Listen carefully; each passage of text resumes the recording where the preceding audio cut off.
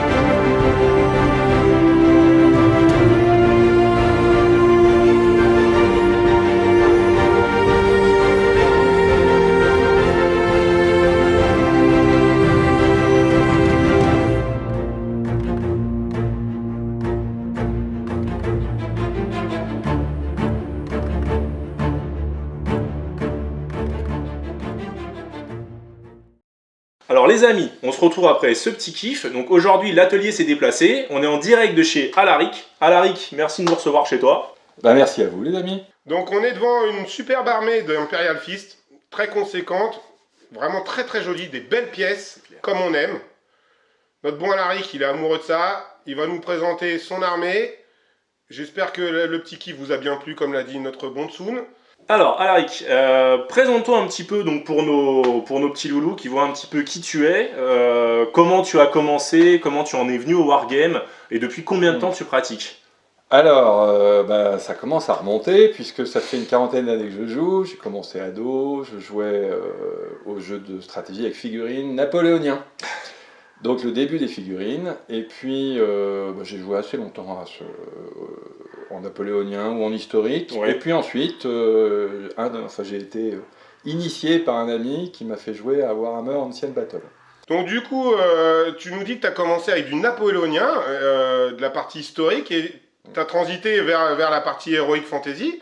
Qu'est-ce qui t'a un peu amené dans vraiment changer? Parce que c'est régi par des règles, le napoléonien, il y a un cadre vraiment précis. L'Heroic Fantasy, c'est la liberté. Qu'est-ce qui t'a amené dans ce... Ouais, c'est ça. Il y a la liberté, les modèles aussi. Il faut reconnaître quand même que les modèles Games Workshop étaient déjà extraordinaires. Mm. Et moi, je suis très attiré par les jolies figurines. Et donc, j'ai commencé en fait Ancient Battle avec les elfes sylvains, que je trouvais absolument superbes. Et puis, je sais pas, ça titillait mon imagination. Les elfes sylvains, du coup, tu as encore cette armée depuis le temps? Oui. Oui, je l'ai toujours. Que des figurines qui maintenant commencent à dater, hein, puisque c'est que des maraudeurs. Donc, Non, du coup, ça serait vachement sympa qu'on la montre à ceux qui nous suivent sur l'atelier du Wargame. Donc, avec de la chance, vous verrez une bonne petite armée d'elfes sylvains maraudeurs, à l'ancienne, comme on l'aime. Des belles filles, des belles pièces, peintes, toujours vraiment avec Alaric, la peinture, il n'y a pas de problème. C'est vrai que le old school ça a son charme aussi. Parce que mine de rien, c'est vrai qu'on va présenter aussi beaucoup d'armées, on va dire, actuelles, mais le old school a un charme fou et je pense qu'on fera quelques vidéos, effectivement, notamment avec Alaric qui a quand même une collection assez impressionnante à ce niveau-là. Bah, écoutez, avec plaisir les amis. Alors du coup, on a attaqué un petit peu les débuts, donc le démarrage, etc. Comment t'en es venu au Wargame, d'une manière générale, hein, parce qu'il y a beaucoup de choses à dire, donc là on a vraiment fait au plus simple. Maintenant, explique-nous, puisqu'on est devant une superbe armée Imperial Fist, comment est-ce que tu en es arrivé à pratiquer Warhammer 40 000 ? Bah, j'ai commencé il y a une bonne quinzaine d'années, on s'est rencontrés d'ailleurs à cette époque-là les amis. Hein. C'est ça. Et bah, parce que là aussi, la beauté des figurines, un univers qui est quand même assez fascinant, appuyé par des romans quand même qui donnent envie. Donc il y a ce côté héroïque de cette aventure spatiale. Donc moi je suis venu à 40 000 naturellement, par les figurines et par l'historique, par le fluff. Complètement. C'est vrai que c'est un univers qui est hyper attrayant. Bon, je vais pas vous refaire mon blabla habituel parce que moi je suis un amoureux aussi voilà, merci. Moi je suis un amoureux effectivement de 40 000 battle, etc. Et c'est vrai que voilà, on a un fluff assez exceptionnel. Du coup, explique-nous un petit peu donc par rapport à cette fabuleuse armée qu'on a devant nous. Explique-nous donc comment tu gères ta collection, comment tu montes tes figurines, comment tu peins aussi les figurines. Ah, alors oui, c'est un point. Bon, moi je monte mes figurines. J'adore les transformer, j'adore en faire des figurines presque uniques. Bon. En gros, t'es un pro de la conversion. T'adores convertir, jouer avec le plastique, le scalpel, la colle, tout ça. Ouais, c'est bien ça. Par contre, au niveau peinture, je préfère faire appel à des gens qui savent. Toi, par exemple, Rio. Ouais. Hein, mais je préfère parce que une fois qu'on a fait un joli modèle, moi j'ai envie qu'il soit très joli. Je pense qu'il vaut mieux faire appel à des gens qui sont bons. Après, c'est vrai que pour le coup, Alaric, c'est vrai qu'il est quand même pas mal pris aussi en dehors. Donc du coup, c'est vrai qu'il n'a pas forcément le temps de peindre. Il a quand même une collection qui est assez phénoménale. Hein. Ça, on en reviendra par d'autres vidéos sur d'autres armées en sa possession. Donc effectivement, c'est vrai que la plupart des modèles qu'il a, en fait, il les a fait peindre. Et c'est vrai que pour le coup, ça rend, c'est pas pour faire de la pub à mon bon Rio qui est juste là, hein, parce qu'il y a eu d'autres peintres aussi qui sont intervenus. Mais pour le coup, c'est vrai qu'il a vraiment des très très belles armées, quoi. Merci. Voilà. Du coup, on a voulu vous montrer, parce que la collection d'Alaric est des plus conséquentes, c'est-à-dire beaucoup de vitrines. On vous a montré une armée qui n'est pas peinte par le studio, mais qu'on trouve vraiment très très belle. Et aussi, on voulait partager le travail des autres. Donc, c'est vraiment très très très joli. Vous avez vu un peu survoler l'armée. Là, vous allez voir, comme d'habitude, on va commencer à intégrer unité par unité. Ouais. Donc, vous allez voir les unités, chaque unité classée par comme d'habitude, QG, Elite, on va redescendre comme ça. Beaucoup de Marines, du coup on va laisser aussi parler Alaric pour nous montrer les petites converses qu'il a fait, les petites transfos qu'il aime bien.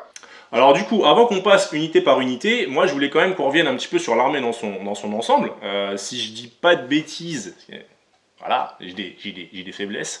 Je crois que les épaulettes rouges, c'est symbole de la 3e compagnie. C'est ça. D'accord. Donc du coup, moi je voulais savoir un petit peu sur quel thème tu es parti donc, pour monter cette 3e compagnie. Du coup, c'est le thème de ton armée. Alors c'est ça. L'idée, en fait, j'ai un vieux bouquin qui m'avait beaucoup plu qui s'appelle Les Sentinelles de Terra. Oui. Qui parle donc de la 3e compagnie de combat Imperial Fist, qui à l'époque, donc il y a quelques temps déjà, était dirigée par Lysander, avant qu'il disparaisse, donc ça c'est dans le fluff, hein. Et il a été remplacé par son premier sergent, Thor Garadon, qui est ici, et donc moi j'ai beaucoup aimé, j'aime bien les Imperial Fist en général, et la 3e compagnie de combat en particulier. Donc voilà, donc j'ai voulu faire une 3e compagnie de combat. Étant donné que les Imperial Fist ont quand même souffert de lourdes pertes dans Indomitus, donc Belisarius Cawl est venu et a remplacé l'essentiel de la compagnie par des Primaris. Donc l'idée m'est venue de faire cette compagnie en Primaris essentiellement, même s'il reste quelques Forceborn, mais ce sont des Primaris pour 90% d'entre eux. C'est impressionnant. Du 109. Il faut ça hein, pour tabasser les hérétiques. C'est clair, c'est un minimum. C'est un minimum syndical, les amis. Du coup, là, on va partir sur la partie. Tu vas nous décrire un peu unité par unité, parce que vu la composition de la troisième compagnie, avec toutes ces unités et tout, avec mon Bonsoun, on est un peu perdu sur tous ces petits marquages et tout. Donc, tu vas revenir un peu, et puis aussi pour ceux qui nous suivent sur l'atelier. Donc, on va partir des QG comme d'hab. On va un peu, ça va être les vidéos qu'on va faire, ça va être toujours un peu dédié de la même façon. Donc, on va revenir QG, on va vous les présenter en un peu plus gros. Des modèles un peu plus pris de près, et vous allez pouvoir admirer aussi les petites converses et des petites choses comme ça. Je remarque aussi qu'il y a une petite partie de la première, là, un petit Lysander, des petits Totors. Donc il va vous montrer tout ça en détail. Donc on y va. Allez, on va passer par le premier QG. Donc on va parler du patron. Vas-y, tu peux nous parler de ton patron. Le voilà, donc Thor Garadon, capitaine de la troisième compagnie, et c'est le capitaine qui a été primarisé, donc il a franchi le Rubicon, si on peut dire, et est devenu maintenant un capitaine d'un fort beau gabarit, comme on dit. Un grand monsieur, un grand monsieur. Oui. Un grand monsieur.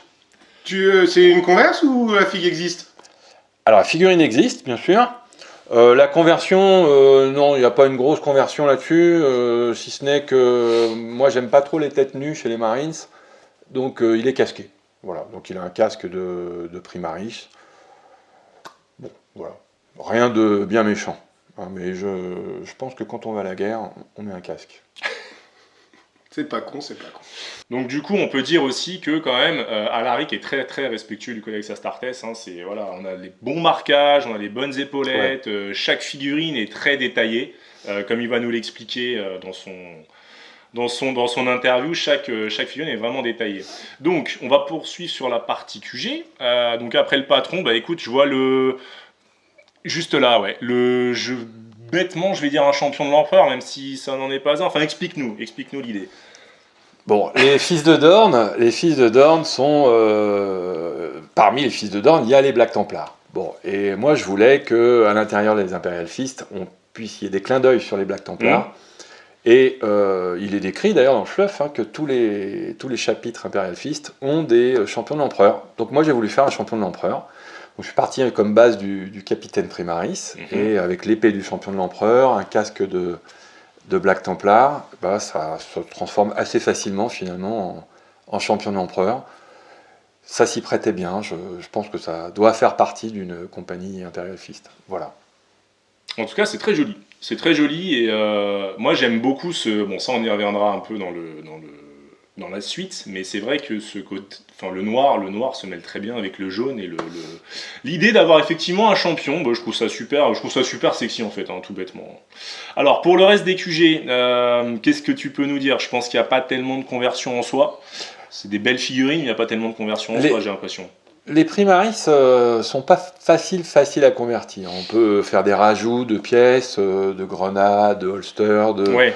Ça c'est faisable, mais en soi, elles sont pas si faciles que ça à transformer. Puis, encore faut-il que ça amène quelque chose de les transformer. En l'occurrence, ce sont des très belles pièces de base. Ouais, complètement, c'est vrai. Donc là, on va défiler les QG les uns après les autres. Donc il va nous dire ce que c'est exactement. Il y en a pas mal. Donc on va aller assez rapidement sur cette partie-là. Vous allez pouvoir les voir tourner. On enchaîne tout de suite. On a la partie aussi Reclusiam avec les petits chapelains, un primaris, un non primarisé. Donc voilà, franchement c'est des très belles pièces, ça apporte beaucoup de cachet. En termes de jeu c'est vachement fun aussi. Maintenant les règles du chapelain, je sais que mon Bonsoun les règles il s'en fout, mais ce genre de pièces, moi ça me fait toujours un peu... on attend de voir les nouveautés, V9 et tout que tu vas nous apporter. Donc vas-y, enchaîne. Je pense qu'il y a d'autres. Il y a quoi? Des capitaines? Voilà, on a une alternative à Thor Garadon, donc un autre capitaine ici, qui est donc une figurine promo des 25 ans. Donc qui est un Primaris Gantelet, le premier Primaris capitaine Gantelet.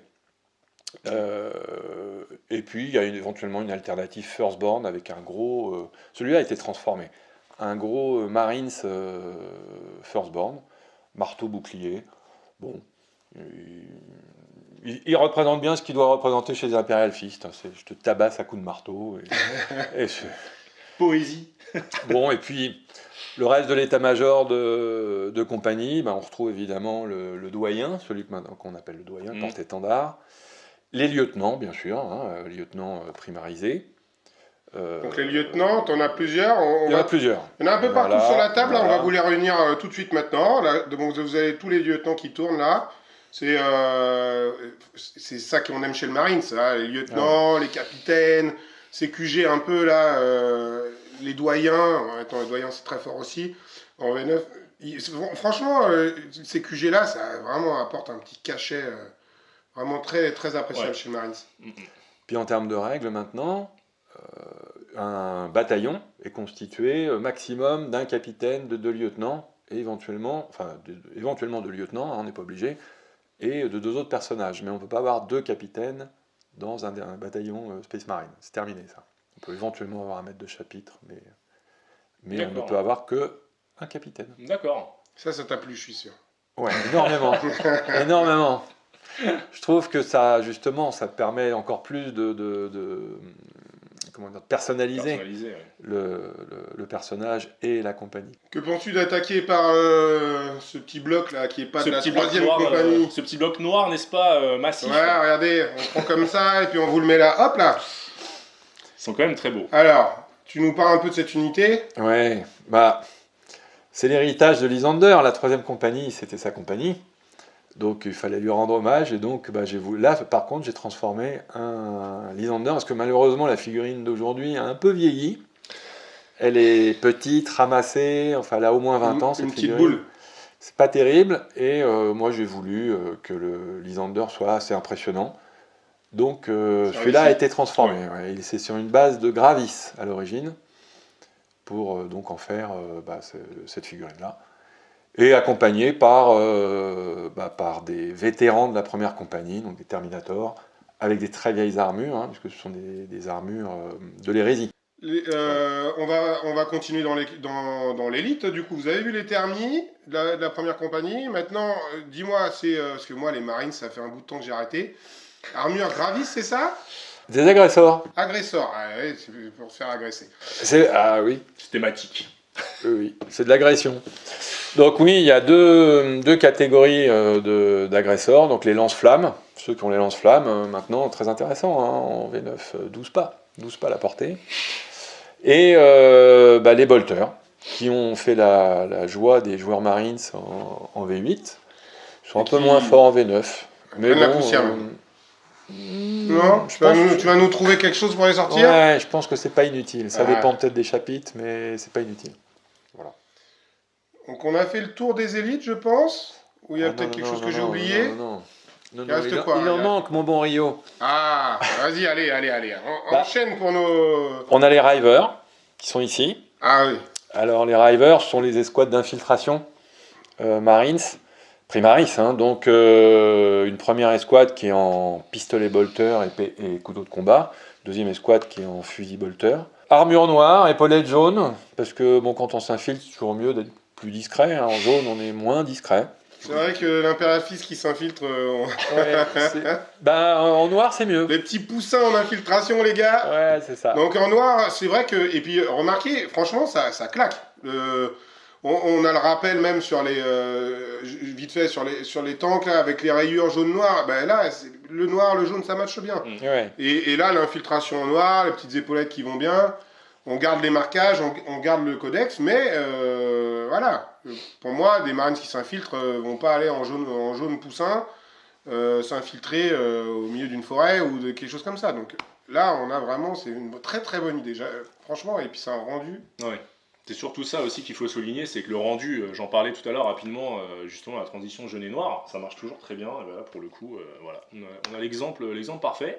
Et pour rejoindre ce que disait notre ami Rio si présent, effectivement, c'est une très très bonne idée de les avoir fait en noir, parce que voilà, pour s'infiltrer, c'est quand même mieux, quoi. C'est préférable, c'est préférable. En tout cas, c'est plus discret que le jaune. Voilà. Ouais, c'est sûr. Bon, puis il faut parler de celui-là. Il faut parler du Dreadnought. Les gars, attendez, on le prend, on le jette au milieu, regardez-moi ça. Ah, jette pas trop fort quand même. Ouais, c'est mon effet spécial, laisse-moi tranquille. C'est un Redemptor. Une grosse bête. Les dreads. J'ai cru voir une grosse bête. Bon, lui, il a été lourdement transformé. Donc la transfo n'est pas de moi, celle-là. Hein. C'est un ami qui l'a fait et qui l'a très bien fait. Mais il est impressionnant. Il est impressionnant, il est très massif. Et je voulais qu'il ait cet aspect, par contre, un peu de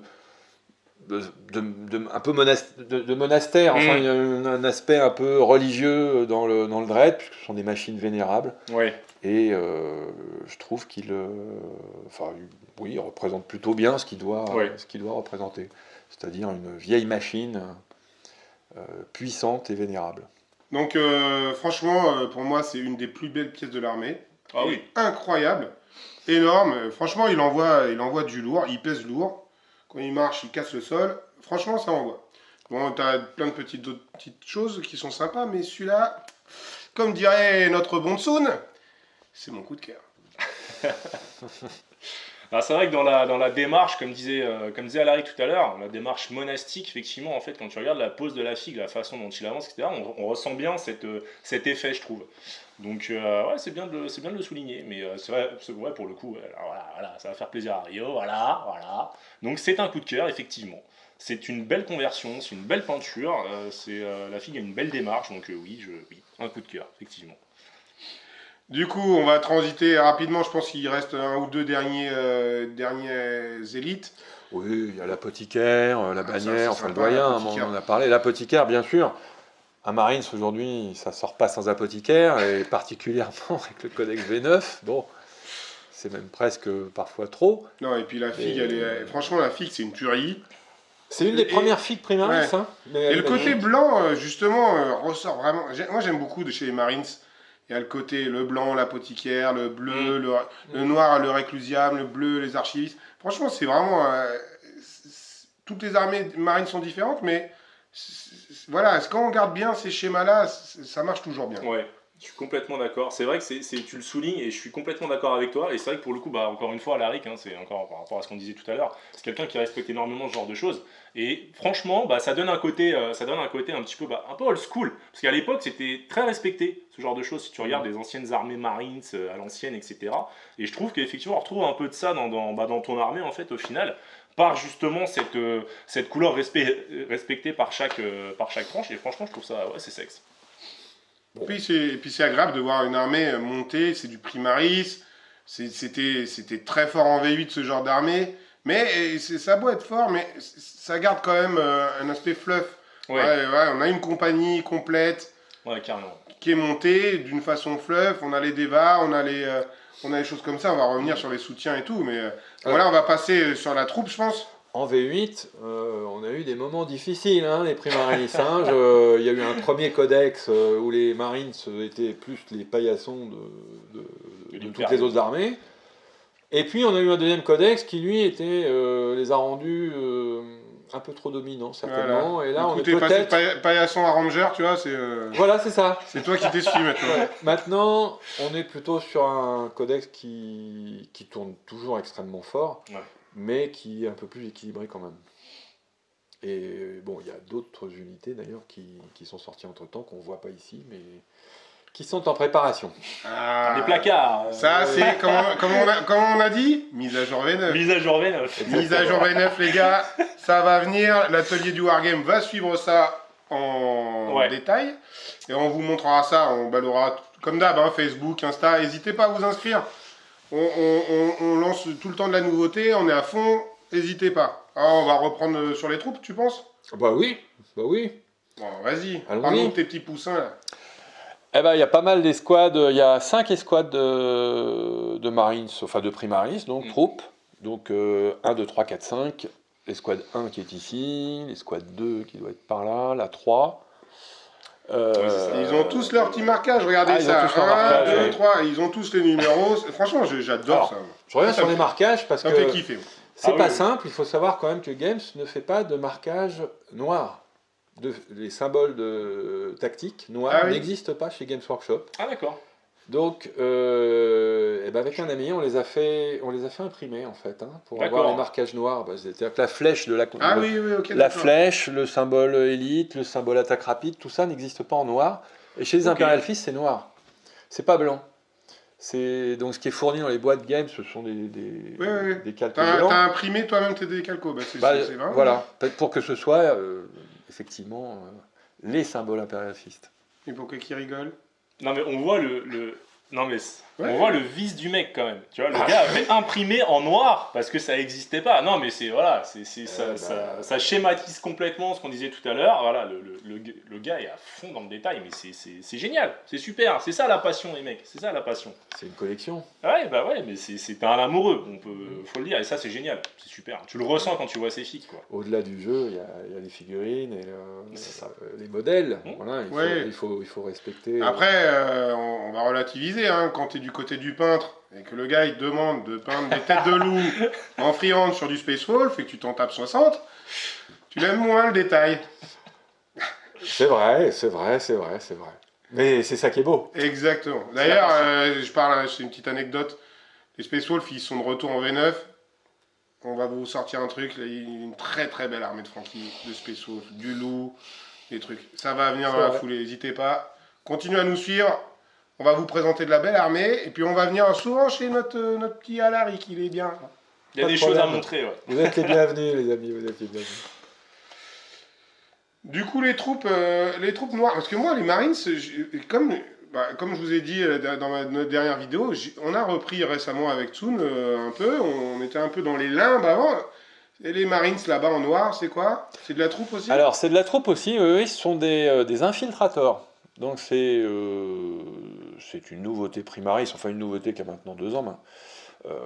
Donc ils existent depuis, oui c'est ça, depuis la sortie de, je sais plus quelle boîte. Donc voilà. Donc eux aussi, ce sont des troupes infiltrées, ce sont des troupes spécifiques qui empêchent d'ailleurs les infiltrations adverses ou les frappes en profondeur adverse. C'est fort en V9. Je me rappelle, j'en ai pris la dernière fois qu'on a joué ensemble, c'était assez désagréable. Ouais. Non, c'est vraiment bien ça. Et comme ce sont des troupes infiltrées, eux aussi, je voulais qu'ils soient plutôt à majoritairement noir que jaune, même si bon ils ont des parties jaunes bien sûr, hein, mais ce sont des troupes infiltrées. Voilà. Armure Phobos, c'est ça? Armure Phobos. Ah ouais. Ce sont des Phobos. C'est très joli, très joli. Là pour le coup, voilà, jaune et noir. Non, ça match bien. Ça match super joli. Bien. Super joli. L'effet d'ensemble. Bon, moi je suis plutôt étonné de mon Bonsoun qui réagit pas sur le battle damage. On est chez Alaric, il y a du battle damage. Qu'est-ce que c'est que ça? Tu réagis pas? C'est pas que je réagis pas, c'est que, comme je te disais tout à l'heure, le peintre qui a peint l'armée n'étant pas là, pour le coup, c'est vrai que je voulais moins réagir, on va dire, sur le... On peut le citer d'ailleurs, tu nous as dit? Jonathan Gontier. Jonathan Gontier, voilà. Franchement, Jonathan, félicitations. Très belle armée. Très beau. Très belle armée. Donc effectivement, le peintre, donc Jonathan n'étant pas là, j'ai moins, on va dire, entre guillemets, eu l'idée de switcher sur la peinture directement pour expliquer les méthodes, etc.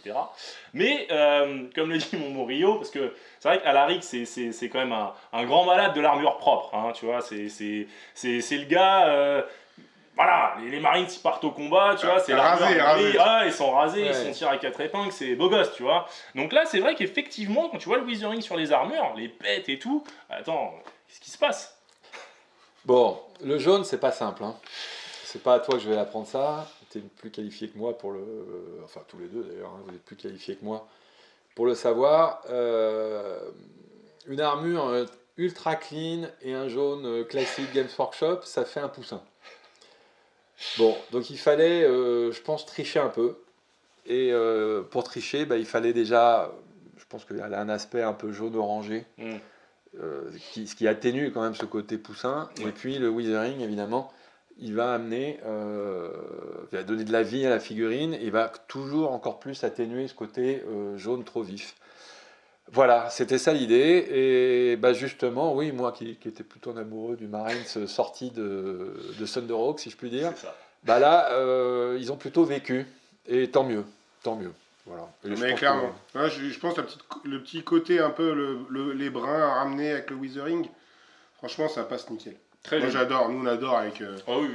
On adore le withering, on est à fond dedans. Donc c'est des étapes, si vous vous lancez dans de la peinture d'armée, même en allant un peu simplement, voilà, un peu de withering et tout, ça change tout. Ouais, c'est clair. Ça apporte de la vie, c'est un gros plus, hein. Ça apporte de la vie, pourquoi? Parce que ça apporte du vécu, en fait, tout simplement, hein. Après, une armure propre, c'est pas moche non plus, attention, hein. Mais voilà, je trouve que ça raconte moins une histoire, on va dire, hein, tout simplement. Alors, il y a des couleurs qui s'y prêtent peut-être plus que d'autres. C'est pas faux. Donc, C'est pas faux. c'est vrai que les armures pas noires... C'est pas faux.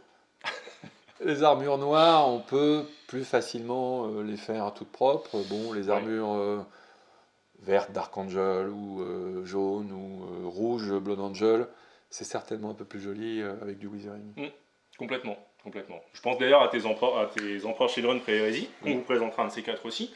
Là, pour le coup, c'est vrai qu'on est dans la thématique d'une armure propre. C'est vrai qu'ils sont toujours c'est dans le fluff. C'est les empereurs Children. Ouais, c'est ça. Un empereur Children. C'est jamais ça, l'empereur Children. C'est auto-wash tout le temps. Tu vois. Exactement. Il y a derrière, il y a un serviteur qui vient. C'est ça, avec le balai. Je vous rappelle, c'est des Marines qui sentent le parfum. Donc, c'est vrai. Est-ce qu'on peut parler de ah là là. de gens qui sentent moins le parfum, avec des gros points, avec des... Les Space Wolves, quoi. Ouais, voilà. Ouais, dans la thématique. Là, ça sent une autre odeur. C'est un peu chevelu, tu vois. Chien mouillé, des trucs comme ça. Pas faux. Donc, on a fait le tour des troupes. Oui. Moi, je dis... Quoi, y a un peu d'attaque rapide, t'as pas grand-chose? Allez. Bah, attaque rapide, comme ça, il y a les Inceptors. Ouais, donc, c'est joli, ça. Moi, quand les figurines sont sorties, c'était au tout début, c'est parmi les premières figurines Primaris, hein, moi je les ai trouvées incroyables, quoi. Des gros Marines massifs volants avec des bolters, enfin bon, je les ai trouvés incroyables. Non, donc voilà. C'est sexe. C'est pas l'unité la plus utilisée aujourd'hui dans les milieux compètes, mais en fluff, ça le fait, quoi. Ouais, mais complètement. Et on va rejoindre sur ce qu'on disait sur la précédente vidéo avec les Necrons d'ailleurs. Le kiff d'avoir une armée, une belle armée, c'est pas forcément partir sur uniquement une compo tournoi sale. Au contraire, c'est aussi de partir sur des unités que tu vas peut-être un petit peu moins jouer, que tu vas sortir pour des parties scénarisées ou ce genre de choses. Mais c'est super kiffant aussi. Après, le milieu dur et tout, c'est très sympa, hein, c'est pas ce que je dis. Mais voilà, c'est clairement dans ce type de game scénarisé où tu vas sortir un petit peu de tout sans te prendre la tête et où tu t'éclates, quoi. Voilà, les attaques rapides, c'est pas le grand truc des Imperial Fist, ils aiment plutôt le soutien. Voilà. Hein, ça reste quand même des gens... On va switcher sur le soutien alors. Quoi. On peut passer sur le soutien, je pense que c'est... Ah, ça, moi j'aime beaucoup. Voilà, les Deva à l'ancienne. Deva poussé jusqu'à 10, hein. Regardez bien, il y a 10 mecs. Ouais. Eh oui. Voilà, ils sont 10 dans une Deva, ils sont pas 5 les gars. Non. Voilà. Ça, c'est de l'optimisation féroce. C'est 10 une Deva. Et puis, ça peut rentrer dans un drop pod. Voilà. Donc, oui, il y a 2 Deva classiques. Une canon laser et puis une avec des armes diverses. Lance-missiles, plasma, bolter lourd. Bon. On vous les met là en présentation. Je pense que c'est plutôt sympa. Ça permet de jouer du vieux Marines aussi. Donc, voilà, n'hésitez pas. Il y en a maintenant, on n'en trouve plus beaucoup de ce genre d'unité, mais c'est plutôt sympa. Hein, 4 canons laser qui tirent, ça fait quand même mal. Au niveau des coups en points en V9, c'est abordable plutôt. Voilà, après, c'est les anciennes figues. C'est sûr que les gros Marines à côté, ils ont de la gueule, mais ceux-là, ça a son charme. Ça a son charme. Ouais. Le truc, c'est que faut pas trop mettre des Primaris à côté, quoi. Ouais, ça tombe bien, ils sont au fond de la table. Voilà. Ouais, ils sont en hauteur, justement. Voilà. Il vaut mieux, ils sont au fond de la table, derrière un bâtiment, une barricade, c'est bien. C'est bien. Donc pour les Vindicators, c'est vrai que c'est quand même les chars de siège par définition de l'Imperium. Pour le coup, c'est super thématique avec les Imperial Fist. Voilà, il n'y a rien à dire. En plus, c'est un char qui est super sexe. Moi j'adore. Ah ouais, non mais c'est top avec le gros bouclier à l'avant et tout. Moi j'aime beaucoup les Iron Warriors. C'est un peu les potes. Les pendants maléfiques. Hein, les potes. Convulsion. PLS. Qui sont donc voilà la version chaotique, les élèves, l'insolence. La version chaotique des Fists, et pour le coup, c'est pareil, c'est le genre de blindé que tu retrouves dans ces armées-là, et c'est vrai que c'est super sexy, quoi. C'est à faire 2 et puis heures en dessus, plus, ce qui les rapproche un peu, c'est qu'ils ont tous les deux un Primarch débile, donc ça marche bien. Oula. Le mec, c'est bien de se battre sur 2 fronts en même temps, t'as bien compris la thématique, quoi. Tu veux te perdre un genou. Ouais, voir les deux. Du coup, alors pour finir sur les soutiens, on a nos amis ici présents, les bons Eliminators. Exactement. Alors, Explique-nous. les Eliminators, bon là aussi, unité infiltrée, donc noire, avec des capes de camo. Bon, il y a 2 races d'Eliminators, hein, c'est ceux qui ont les fusils de sniper et ceux qui ont des fusils anti-char. Ouais. Bon, là c'est les fusils de sniper. Bon, ça harcèle l'adversaire. En plus, les figurines sont magnifiques. On est d'accord. On est d'accord. Les snipers, les silencieux, tout ça, c'est compliqué. Ouais, c'est compliqué. Enfin, dans une armée de Marines, Primaris, il doit y avoir des snipers. Donc voilà. Non, mais carrément. C'est vrai que pour rebondir sur les figues, mais même sur les Primaris dans l'ensemble, quand tu regardes un petit peu les nouvelles poses qu'ils ont données aux Marines, en fait, tu sens quand même le côté militaire que tu retrouves justement un petit peu dans le maquettisme militaria, etc. Quand tu vois la manière dont ils tiennent leurs armes, etc., tu sens bien l'impression militaire, je sais pas si ça se dit, mais c'est pas grave, militarisée. Ils ont des poses... les Phobos, c'est ça. Hein. Ah oui, complètement, t'es dans les forces spéciales. Tu regardes même au niveau des jambes et tout, c'est l'armure qui est vraiment différente. Ils ont des poses de soldats, quoi. Ah oui, carrément. Voilà. Avec le petit couteau en avant, tu sais. Ça fait penser un peu au SAS d'Infinity qui avance avec son flingue. Bon, là, je m'égare. Bref. Mais c'est ça, oui, en fait, je pense que les nouvelles figurines, effectivement, elles ont cette dynamique. Ouais, c'est dynamique de soldats, quoi. C'est-à-dire qu'elles ont un aspect quand même assez militarisé, assez réglementaire, mais néanmoins, elles sont vivantes, quoi. Ouais, non, carrément, on n'est pas sur de l'apostatique, quoi, c'est non, clair. Pas du tout. Mais c'est vrai, après, je vais pas m'égarer comme la dernière fois avec les Necrons en disant, voilà, Games, les filles qui sortent, c'est magnifique. Mais c'est vrai que leur sortie actuelle, faut dire ce qui est, c'est super joli. Aussi bien la finesse des figues que les poses, que tout, quoi. Voilà, tout bêtement. Donc, du coup, trêve de digression sur la partie militaria. Je sais que tu adores ça, mon bon Tsoun, mais il faut qu'on avance. On a un planning serré. Il nous reste un dernier soutien, je pense, devant, là. Regarde-moi ça. Bien sûr, les Hellblaster. Donc, des Primaris avec des fusils à plasma. Ça doit envoyer du lourd, ça. Il y a différentes versions, mais oui, c'est plutôt pas mal. Après, c'est peut-être pas l'unité la plus utilisée en V9, mais bon, ils sont jolis. Franchement, ils sont jolis. Non, mais en plus, une unité lourde. vous n'allez pas me dire ça, moi j'adore ça. Donc là, ça me va bien. C'est plasmatique, c'est beau. C'est plasmatique. Le plasma, c'est beau. C'est la vie. C'est la vie. Voilà. Interprète. Couillère. Bon, les gars, je pense qu'on a fait le tour de l'armée. Très belle armée, les fils de Dorn s'envoient. Voilà, les Imperial Fists.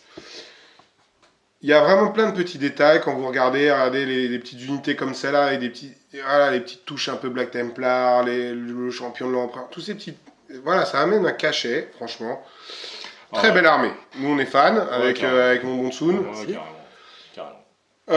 Vous pouvez retrouver, comme d'hab, sur les réseaux, si vous voulez nous suivre, n'hésitez pas à partager la vidéo. On vous mettra de la suite. Je pense que notre bon Alaric, il a encore dans les placards plein de choses, des mises à jour V9 comme on a dit.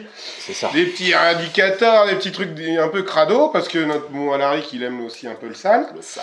Il faut ce qu'il faut. Voilà.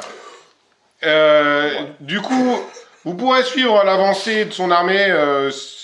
Il nous enverra soit la suite s'il fait participer le studio là-dessus, soit si ça continue, il nous enverra des photos. Donc sur Insta, n'hésitez pas, sur Facebook. Hein, les liens sont dans la description. Voilà. Un petit commentaire. Un petit pouce bleu. Allez, à plus les loulous.